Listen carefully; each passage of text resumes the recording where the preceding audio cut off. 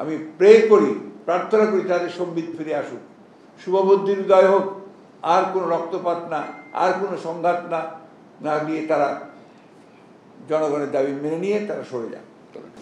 একটা বিষয়, এই ছাত্র আন্দোলন ছিল, পরবর্তীতে সাধারণ অংশগ্রহণ, সরকার বরাবরই বিএনপি সহ বিরোধী দল বিশেষ করে জামাতকে আপনাদের সাথে ক্যাম্পভুক্ত করে এটিকে আপনাদের প্রতিপক্ষ বানানোর এক ধরনের চেষ্টা, এটি এক ধরনের ডাইভার্সনের চেষ্টা।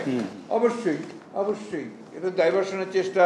তাদের যে অপকর্ম, তাদের যে হত্যা, তাদের যে দুর্নীতি, সব কিছুকে ডাইভার্ট করে সব দায় দায়িত্ব, আমি বলেছি এখানে, দায়ী দায়িত্ব আপনার বিরোধী দল বিএনপি সহ বিরোধী দলের উপর চাপিয়ে দেওয়ার চেষ্টা।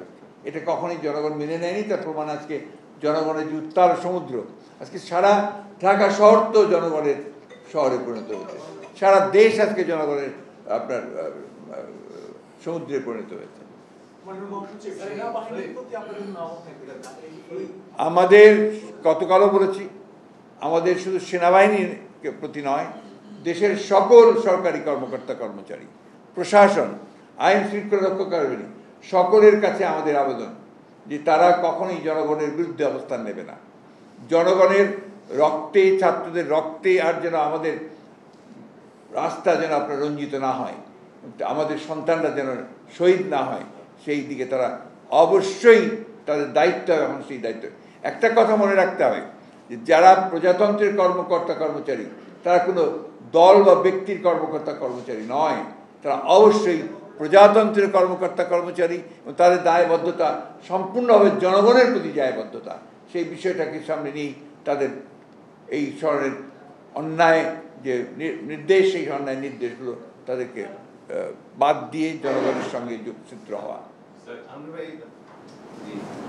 আপনারা বলছেন, ছাত্ররা বলছে, দেশ জনতার দাবি হচ্ছে সরকার পদত্যাগে এখনো কোনো বার্তা আমরা পাচ্ছি, যদি না করেন তাহলে এই যে পরিস্থিতি, এই পরিস্থিতি কি আপনার কোনোদিন কারো কোনো শাসক গোষ্ঠীর পক্ষে সামাল দেওয়া সম্ভব হয়েছে?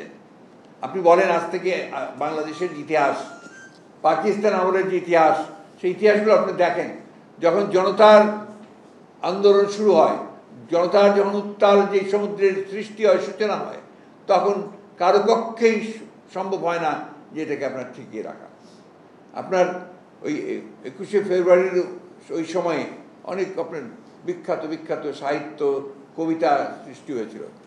তার মধ্যে আপনার একটা কবিতা হঠাৎ মনে পড়ে গেল, ধানের গুচ্ছে আজ রক্ত জমেছে, সমুদ্র তাই উদ্বেল হলো, ফেরারি বসন্ত কয়ে দিয়ে গেল নগরীর শিবিরে শিবিরে, খুন হয়ে গেছে, খুন হয়ে গেল। এটা ছড়িয়ে পড়েছে এখন গোটা। আপনি বিশ্বাস করবেন না, কিছুক্ষণ আগে আমার স্ত্রী বলছে যে আমি কি ঘরে থাকবো, আমার মেয়েরা চলে গেছে, প্রত্যেকের ঘর বাড়ি থেকে মেয়েরা চলে গেছে। আমার মনে হয় আপনাদেরও বাসায় এখন আর কেউ নেই, সব বের হয়ে গেছে। এই যে একটা উত্থান, গণ অভ্যুত্থান, গণজাগরণ, এই গণজাগরণ তো আমরা দেখেছি আপনার সেই 1969 সালে, আমি দেখেছি 90 সালে, আমি দেখেছি 70-এ, 71-এ। আজকে আমার মনে হয় তার চেয়ে অনেক বেশি আপনার শক্তি নিয়ে আজকের গণজাগরণ সৃষ্টি হয়েছে। এবং দেখুন কয়েকজন ছাত্র যারা কিন্তু প্রফেশনাল স্কুল লিডারও নয়, যারা কোনো আপনার ছাত্র সংগঠনও করে না, এই সমস্ত ছেলেগুলো আজকে সমস্ত জাতিকে জাগিয়ে তুলেছে। সমস্ত জাতি বুঝতে পেরেছে, জানতে পেরেছে, এখন তারা সোচ্চার হয়েছে যে এই সরকার অত্যন্ত পরিকল্পিতভাবে এই জাতিকে ধ্বংস করে ফেলছে।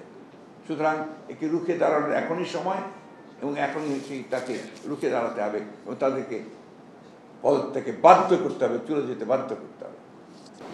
আন্দোলনের একদম শুরু থেকেই দেখছিলাম আমরা কোটা সংস্কারের সেটা সংঘাত সংঘর্ষ, শেষ পর্যায়ে এসে গতকালকে তারা অসহযোগ আন্দোলন সরকারের করবে। এই পরিস্থিতি কেন তৈরি হলো এবং শেষ পরিণতি? এটা তো আপনার সবাই, আমি বলছি আপনাকে, এটা তো সরকার তৈরি করেছে, এটা তৈরি করেছে আওয়ামী লীগ। আপনার আদালতকে ব্যবহার করে তারা সবসময় অপকর্মগুলো করেছে, আবারও তারা আদালতকে ব্যবহার করে এই কোটার সমস্যাটাকে এমন জায়গায় নিয়ে গেছে যেখানে তার পয়েন্ট অফ নো রিটার্ন হচ্ছে।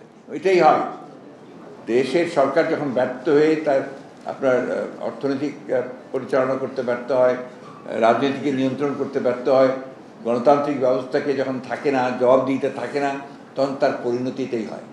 আপনি যে কথাটা বলছেন, পরিণতি ওইটাই, এই সরকারকে এইভাবেই চলে যেতে হবে, এর কোনো বিকল্প নেই। যত বিলম্ব হবে তত বেশি ক্ষতি হবে দেশের, জাতির, তত বেশি ক্ষতি হবে আওয়ামী লীগেরও রাজনৈতিক দল হিসেবে। আওয়ামী লীগ আজকে যে ভূমিকা অবতীর্ণ হয়েছে, এটা কি আওয়ামী লীগ? আমরা যে আওয়ামী লীগকে অতীতে চিনতাম, সেই আওয়ামী লীগ তো এটা নয়। এখন এটা পাকিস্তানি হানাদার বাহিনীকেও ছাড়িয়ে গেছে। আপনি চিন্তা করেন, লক্ষ লক্ষ মানুষের গ্যাদারিংয়ের মধ্যে তারা আজকে হামলা করছে, কত ভয়ঙ্কর হলে এটা করতে পারে। এখনো কি তাদের বোধোদয় হচ্ছে না? আমি সেজন্য বলছি যে আমি প্রে করি, প্রার্থনা করি তাদের সম্বিত ফিরে আসুক, শুভবুদ্ধির উদয় হোক, আর কোনো রক্তপাত না, আর কোনো সংঘাত না নিয়ে তারা জনগণের দাবি মেনে নিয়ে তারা সরে যান।